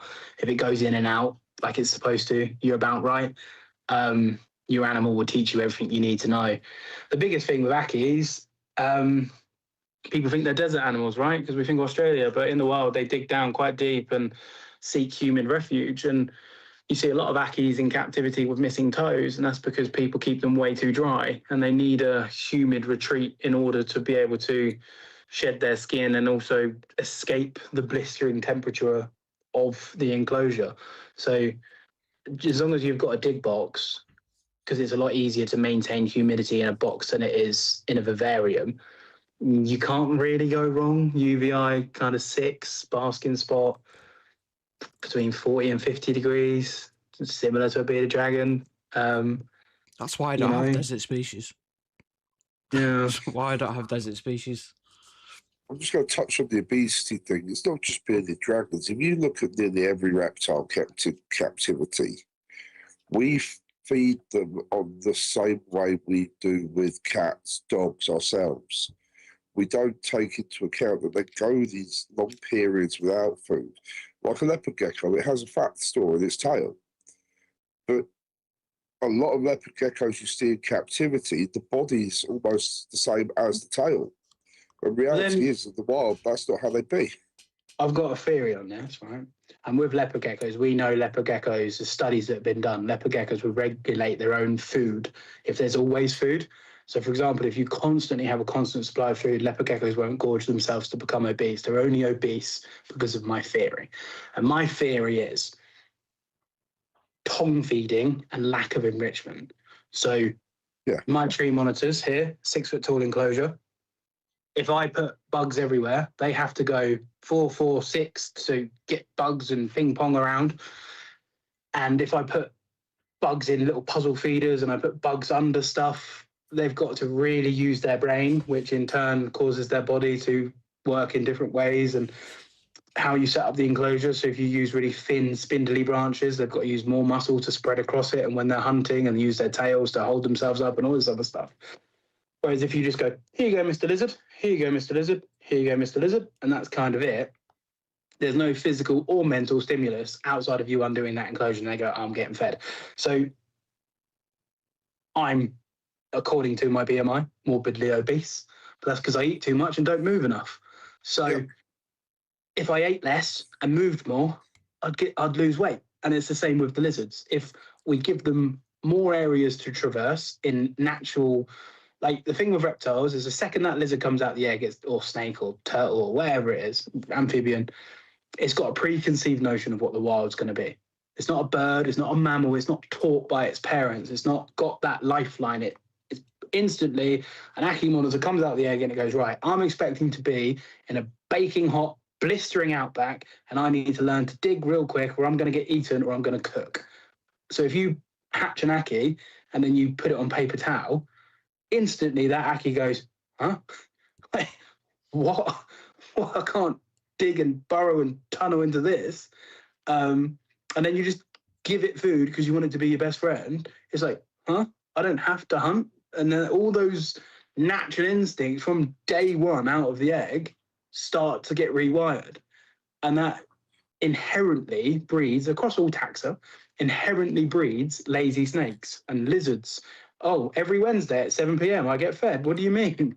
There's no let me hide a mouse under a log and then scent trail. There's none of this. And this is why we see such obesity and even overweight in reptiles, because no one's exercising them in a correct way. No one's, like, a lot of people get up in arms with putting doll houses in bearded dragon enclosures. I couldn't care. Bearded dragon's expected to climb up and sit on a post, right? Who cares if it's a pink doll house or if it's a fence post or a tree? I couldn't care less. If it can climb and sit as it's expected to in the wild, you're doing better than the next person. So all of this kind of behavior that we can replicate in captivity, but we just don't, because we want a scale puppy or whatever the kids call it nowadays. That, I'm not saying that's wrong, right? People come over and they go, oh my God, you've got lizards. And I get my Aki out and have a hold, have a play. And I'm not saying that's wrong, but what I am saying is it's not so much feeding them like cats and dogs, it's treating them as a general, like a mammal. So if you fed your cat and dog like you do, but your cat couldn't go outside or you'd never walked your dog, you'd have the exact same issue. And a dog's got a free roam of a house, and a house has more full square footprint than a 4x2x2 for a bearded dragon. Whereas a 4x2x2 with a bearded dragon with a couple of fin branches and a nice big post it can climb up and sit on is way more enriching and way more close to how that lizard expects to evolve with its environment than just some sand and a rock. That's kind of my theory on this, and I'd hedge my bets. I'm kind of there with it, but without sounding too big-headed. No. Basically, without enrichment, we're basically taking away the enrichment aspect, which has caused them to become lazy and fat. Yeah, for sure. And animals, like, they're not dumb, right? If they know you're going to feed them every Wednesday, they're like, well, why hunt? Like, well, I don't need to. This guy's going to come over and throw my food in, and I'm going to be chilling. Whereas I don't have feeding days. I don't have feeding schedules. So I say it's a feeding day for Wednesday because I'm trying to do a few things with a couple of female monitors. So, you know, that needs to be done. It's a bit different to day-to-day care. But for the most part, they tell me when they're hungry because they're roaming around and they're looking about, and I go, right, okay. And the snakes will do the same. We have snakes at Habistat, and we have a Everglades rat, and it only gets fed when it starts coming out and slithering around and spends a couple of days actually physically looking around. And I've got a Thai bamboo rat that does exactly that. I don't see him. I do not see him until he's hungry. They tell us, right? And it's our job as keepers is to listen to those that can't speak. That's our job. You know, that's kind of what I get paid to do now. My job is to figure out how to hear those that don't speak and create products for them. That's our job as keepers, is to provide those products that those that can't speak need, right? That's the crux of reptile keeping. It's so simple. We complicate it, but recreate the wild doesn't need to look like the wild, but how that animal expects to perceive. So if an animal is expecting and has evolved to dig, give it some soil to dig. If that animal has evolved to wedge itself into rocks like a Euromastic or a Chakwala, give it some rocks. If that animal is going to live in burrows, put a tub upside down and just cut a hole in the top. Give it a burrow. You don't have to create these complex environments. It's about functionality over naturalism. Like, I couldn't care if you've got the best bioactive setup in the world. Like, it's not bioactive. It's going to die eventually. You can't change the soil because it's in a sterile enclosure. Like, bioactive it's a facade. It doesn't exist. Whereas an animal that would be in a situation where it can exhibit natural behaviors and exercise muscles that it's evolved to use. Like, I kept Draco, the flying lizards, for a little bit, and I'll never keep them ever again. Favorite species I've ever kept ever, bar none.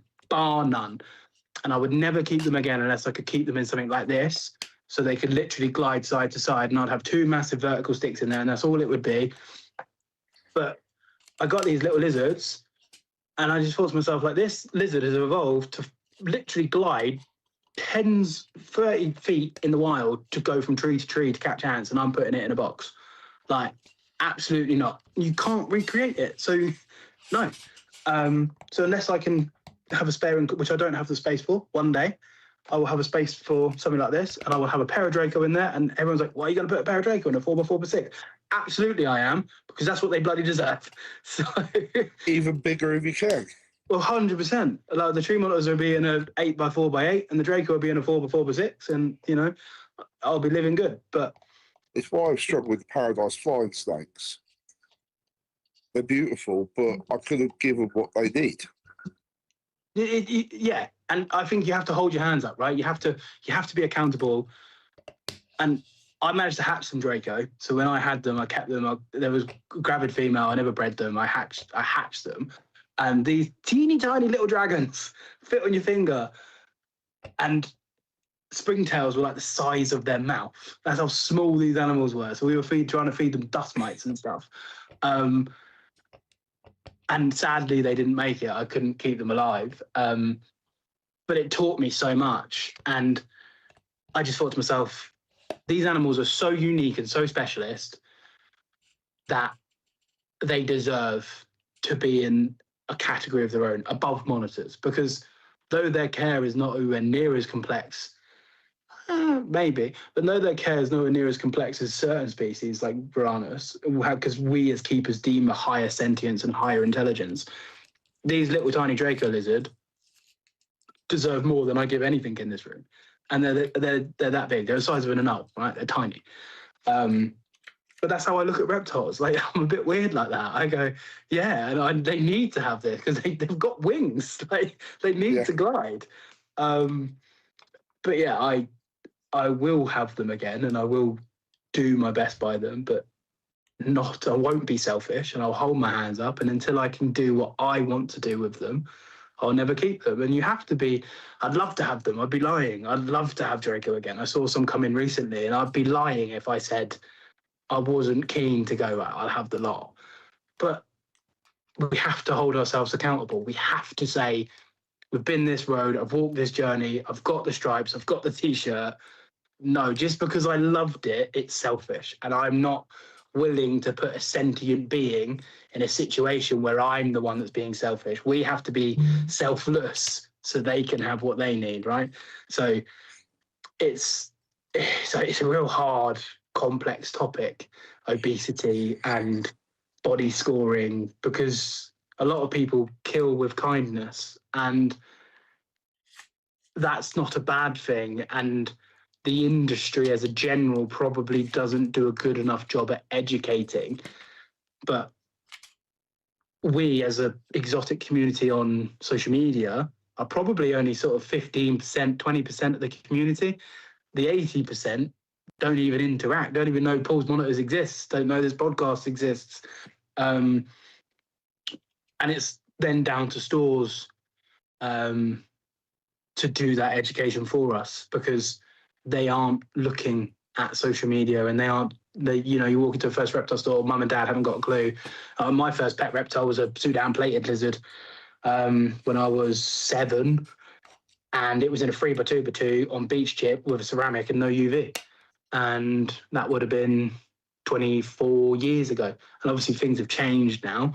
But I didn't go on when YouTube wasn't a thing, but I didn't go and look and research. We asked the shop. That's what we got. And I'm not blaming the shop. Standards have changed, but that's where we need to be as an industry. We need to be helping shops and promoting shops and boosting shops and helping and interacting with their pages and liking their posts so they can continue to push out more, because they're the front line. They're, you're not buying a exotic reptile. And even breeders, right? Do your due diligence. Make sure you give an animal with a care sheet. Make sure you tell people, hey, this animal's going to need this and it's going to need this. You only need to feed it that, and don't do this. Please message me. It's not, oh yeah, I'm going to breed an animal and off it goes. Every time I moved an animal on, it came with a lifetime guarantee that you can message me whenever. And that's part of being an ethical breeder. And if you're not willing to sign up for that, then don't breed reptiles, because we all have to hold ourselves accountable to ensure that these animals have the best quality of life going forward. And it's our job to educate each other. And, people sit and listen to podcasts and they'll learn a lot and they'll go through it, and that's great. But as I know now from being in the industry, this space is the smaller side. The bigger side are not. They come this way, right? They start not. You don't normally, if you're already on YouTube researching animals and looking for animals, you're going to become one of us. You know, the weird, the wonderful, right? You're not going to be the one person that has the singular bearded dragon and that's all you have for the rest of your life. So both sides need to be just as educated. But it's also the brand's job. So like Habistat, right? I have some big plans for the brand and I want to be doing real educational pieces and I want to start putting stuff into the products, that every product comes with an informational sheet and stuff like that. So people might not read it, but we're doing our part, right? Yeah. So obesity and welfare, it's going to be forever ongoing, but creating better product to put into better enclosures that's affordable, and even like go outside and get some wood for free. I don't care. Make your animals' lives better, right? You don't have to, but by supporting brands, you support the industry, which then supports everything we've sort of spoken about for the last nearly 2 hours. But if you're hard up on a buck and, you know, the car's broken, you've got no money, just go and get some leaves from your garden and throw them in and give a bit of enrichment, you know, though the Habistat leaf litter is great. But I think we should talk about Habistat. What is it? What do you do for Habistat? Like, I'm the brand manager. I look after the brand. Brand manager. Okay. So I nearly put brand ambassador. High up the food chain. We have a good team at Habistat and Monkfield, but yeah, I am. Someone put me in charge of it, so yeah, I'm in charge. Someone put me in charge, so I'm in charge. And is that the role you went in at, or have you worked up to that? Yeah. You went in as brand manager.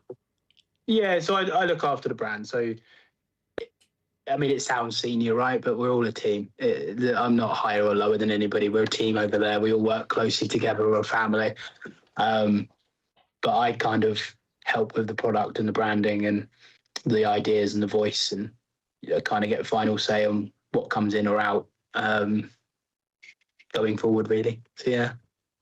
And I know you say like it sounds senior when we're not a big brand, but like you aren't a massive industry team, are you? What you got? 100, 120 people overall? Well, at Monkfield? Yeah.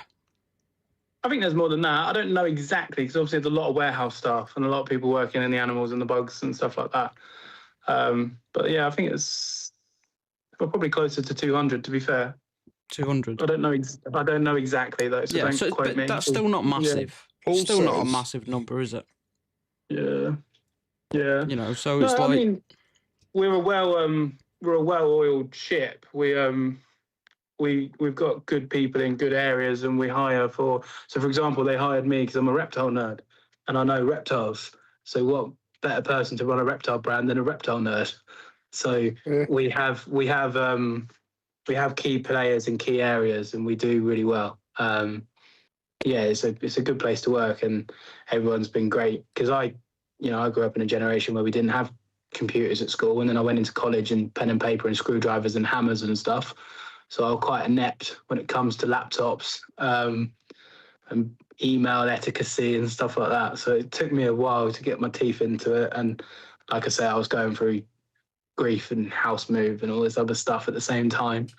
But yeah, I'd say the last sort of 12 months, last 8 months, definitely, I've kind of found my feet. And we've got some good stuff coming, and we've got some exciting products in the pipeline, which I'm excited to share with the world, and some stuff I'm really proud of. And that's why I've had to face my camera this way, because normally I'm facing this way, but I can't let you all have sneak peeks with what I'm playing around with. But yeah, it's really. Your cameras are on auto follow, so just keep leaning for us. No, the other way. Yeah. You won't be able to see it. Yeah. That's another lizard enclosure, so you won't be able to see it. Worth asking. You won't have to wait long. We've got something coming soon. You can expect to see something from Habistat in the next month or so. So, yeah. And that's an exclusive. Yeah. We like exclusives. But yeah, it's good. And like I say, in my head, it makes sense to have a reptile person who's I hope that I've come across as they're deeply passionate and educated in the area, kind of creating the products for it, or helping to. Like I say, we have a good team over there. I don't want to make it out like I do it all, because I definitely don't. We've got some really good players over at Monkfield, and we all work hard for the common goal of bettering the industry, really. It's all we can ask for, isn't it? That the right people are in the right place. And that's not just for the manufacturers or the wholesalers, the industry in a whole. So the RRK are the right people at the right time. Jazz and Repta, the right people at the right time. Jim doing what he does. You know, it's about having those right people in the right place, being able to move things forward, industry or hobby, it doesn't matter. Yeah, for sure. And like I say, like, let's be very clear. My job is to get people to buy reptile products. That's my job. But I'm not a salesman. And if you are slightly hard up, just go and get it from your garden. Because all I care about is animals' lives being better. And I don't care how that looks. I don't care what brand you support. I don't care where you go and get it from. I care that your animal's getting the best. I believe there are certain areas of Habistat products that are better. I never say we're the best because I have no evidence to back it up, but my belief is there are certain areas of Habistat that are better. But if you personally want to use something else that you think betters the life of your reptile, I would be the first person to shake your hand, because if you're moving towards better welfare, welcome to the club. I'm happy you're here. And that's my honest belief of this situation. And I think that's why Monkfield kind of, because it's not like I hid that sort of stuff when I was Paul's Monitors. It's not like I was doing it with the goal to get a job. So Monkfield were like, yeah, this guy clearly wants the best for animals, and so do we. So that's I kind of found myself in that situation, which very, very, very grateful for, to be honest, and very happy to be there. It sounds a dream, you know. It's you've took something that you have a passion for, and it's turned into not just your hobby and your passion anymore. It's now your professional life as well. Yeah, and it's nice to almost have my reptiles at home be mine again, because reptiles are my job. My life literally is 24/7 reptiles now, and it's not as sunshine and rainbows as you might think. They do say don't make your hobby your job, but I've not lost the love. I'm still very passionate about it, but it's nice to have something for me, because what we do for Habistat's for the world, right? Whereas what I do here is for me, which is quite nice to keep it for myself. That makes sense. But yeah, well, seeing a couple of comments, everyone seems to love me, so thank you. I mean, if there's any products that anyone wants, I can't promise it tomorrow, but feel free to shoot Paul's Monitors or drop it here, because, you know, I do have that power to make that happen. They put me in a place of power and I've gone crazy with it. But you know what they say about power, don't you? Yeah, well, I like I say, I don't know it all, and if there's certain things people need, then let me know, and if we can make it work at some point. Don't hold me to get it out for you next week, but I can try. The industry's in a really good place at the minute, isn't it? There's a lot of innovation in terms of what's happening, with different types of products as well, whether that be lighting or wormers or substrates or decor. You know, we are in a far better place than where we were when I first kept my first Burmese python on wooden cat litter in a Viv.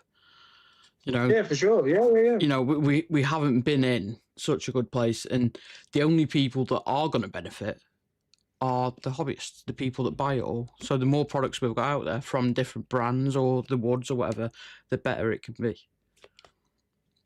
Yeah, I agree, and I think, and again, support who you support, right? The industry's the industry. I'm not here to talk in the sense of pitching Habistat, but it is obviously a part of my life. So I joke, I'm quite a sarcastic person, but just to be clear, for people that struggle with sarcasm, support who you want to support. I really don't mind, as long as you're genuinely benefiting the welfare of animals. I personally am happy for you, but the industry is really aligning with that welfare statement. And I'm very excited to see where we are in sort of 5 to 10 years, because I kind of already know what I'm thinking about and what I'm planning. So God knows what everybody else is doing, right? So that's only ever going to be a good thing.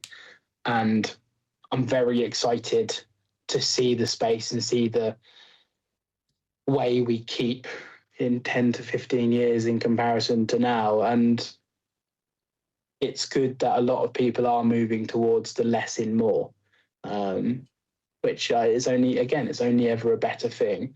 And putting a little lizard in a big enclosure is much more enjoyable than putting a big lizard in an okay size enclosure. I'm sure we all like herping and going out. So why not do it in your room? Why not be like, oh, where's that gecko? Like, have a little look around. Oh, there he is, like hidden away. So that's where it's going, I think. And also invertebrates. Invertebrates are becoming a huge thing, and lots of people are kind of, not that they've not been huge, but they're becoming bigger and bigger and bigger and bigger. And that kind of market is the road into reptiles, right? So if that grows, it's only going to bring reptiles up as well. Because everyone starts off with a bug and then you end up getting a lizard or a snake or whatever. So it's only a good thing. And yeah, it's a healthy spot to be in. And we obviously have, and I don't want to pay too much homage to it, but we obviously have certain organizations that aren't necessarily for us. And that's why it's very important to support people like Responsible Reptile Keeping. Because if you'd be the first person on your sofa to go, oh, I can't believe I can't keep this anymore, but you're not doing anything to help, then you've only got yourself to blame.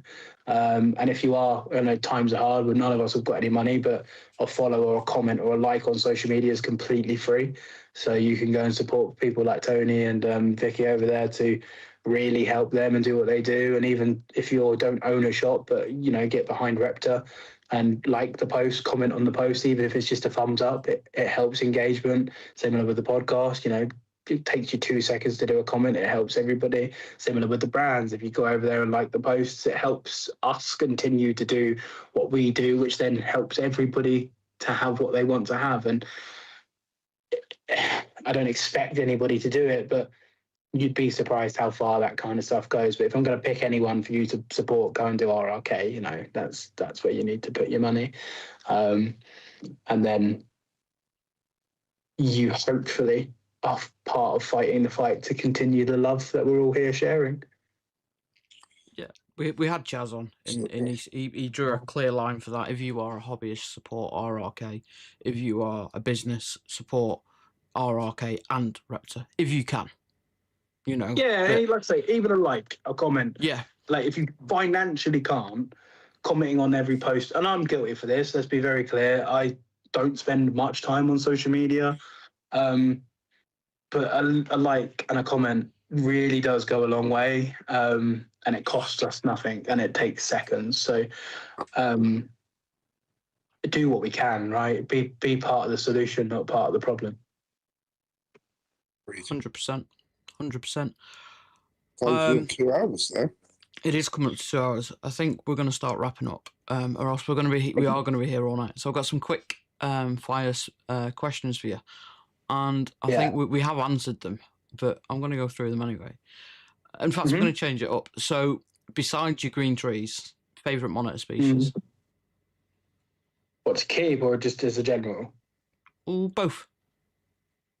Favorite monitor species is probably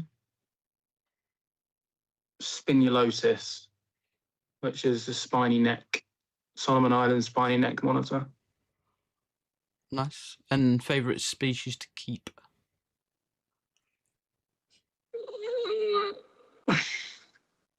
My favorite individual is Mango.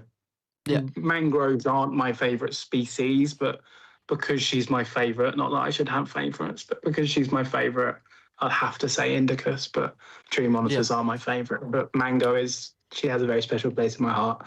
So yeah, tree monitors are my favorite, but Mango is overall heads and bound above. So I know that you said that your dream species was the green tree, but is there anything else that you would like absolutely kill to have? Spinulosis.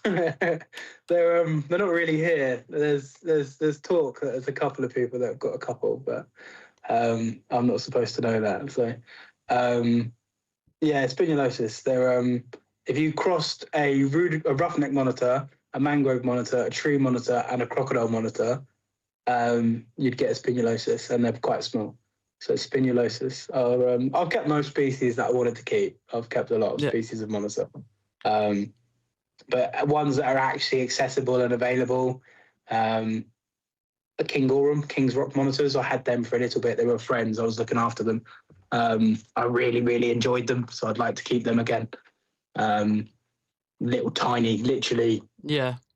iPhone tiny, size, aren't tiny they? little things. Yeah, they're diddy, and wouldn't say they're my dream species, but I would like to keep them again. Yeah.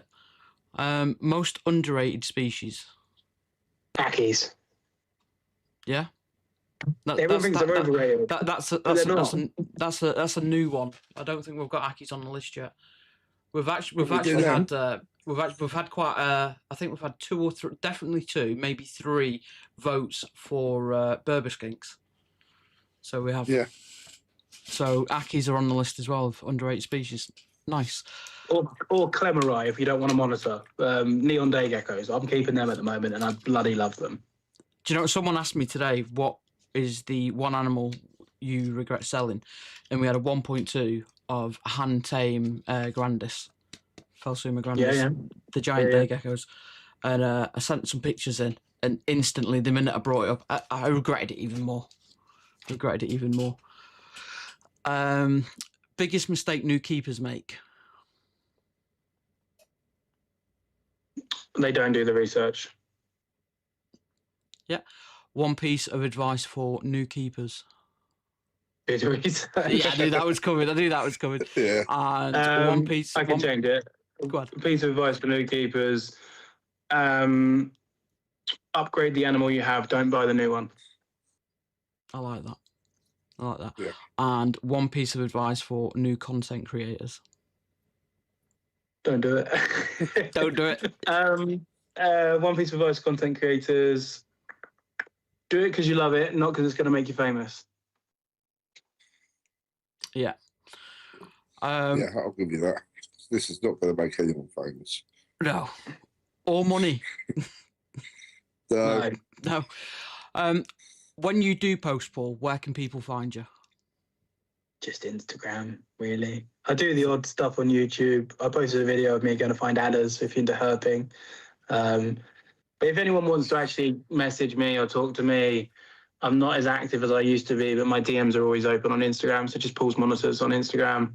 If you've got any queries towards Habistat, info@habistat.com. But if you want anything reptile/monitor related, then yeah, Paul's Monitors. I'll reply eventually. I'm a voice noter as well, so if you can't be asked to get a 7-minute voice note, then don't message me.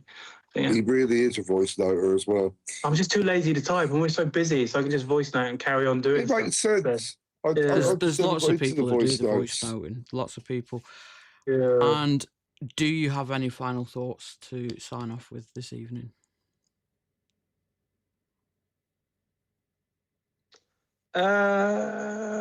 Yeah. I mean, I thank you both for dragging me out the shadows and back into the limelight. And I think my final thoughts to the world would be: life's too short. Go for it, because what the worst that's going to happen is probably where you're going to be right now. So, yeah. Fantastic. There was a couple of comments that just come up there. One from Thomas Griffiths, Damascus. Really enjoyed this, taken a lot from that, Paul. So thanks for the words of wisdom on your style and keeping, etc. And of course, thanks to the host. I've been working and not managed to catch it all. And Tales of the Outback, great episode. Briefly met Paul at my local shop, M.A.D Exotics, a little while back, and he was a gent. Keep up the work, guys. Appreciate it. Hellfire Herbs. Enjoyed the last 45 minutes. Super interesting. We'll catch up with the first half on the way to work. Be well, Paul and boys.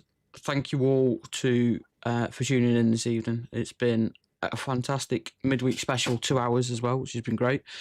We do have a call to action, which is like, comment, subscribe. As Paul has said many times tonight, it costs you nothing, and it does wonders for us to get us out there.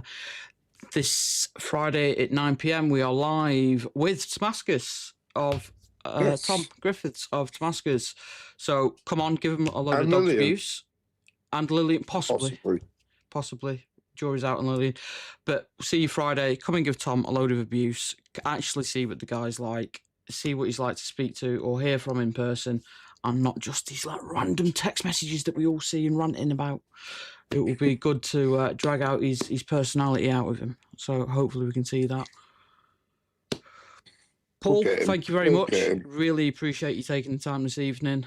And No, of Yeah, course. thank you, Paul. Thank you can we both. get you back at some point? Yeah, man. Yeah, I'm always about. I'm busy, but like I sort of said off air, we're all busy in our own lives, right? But where do you deem your worth and your time, and where is it valuable? So yeah, I'd love to come on, and I want to say thank you to everybody that showed up.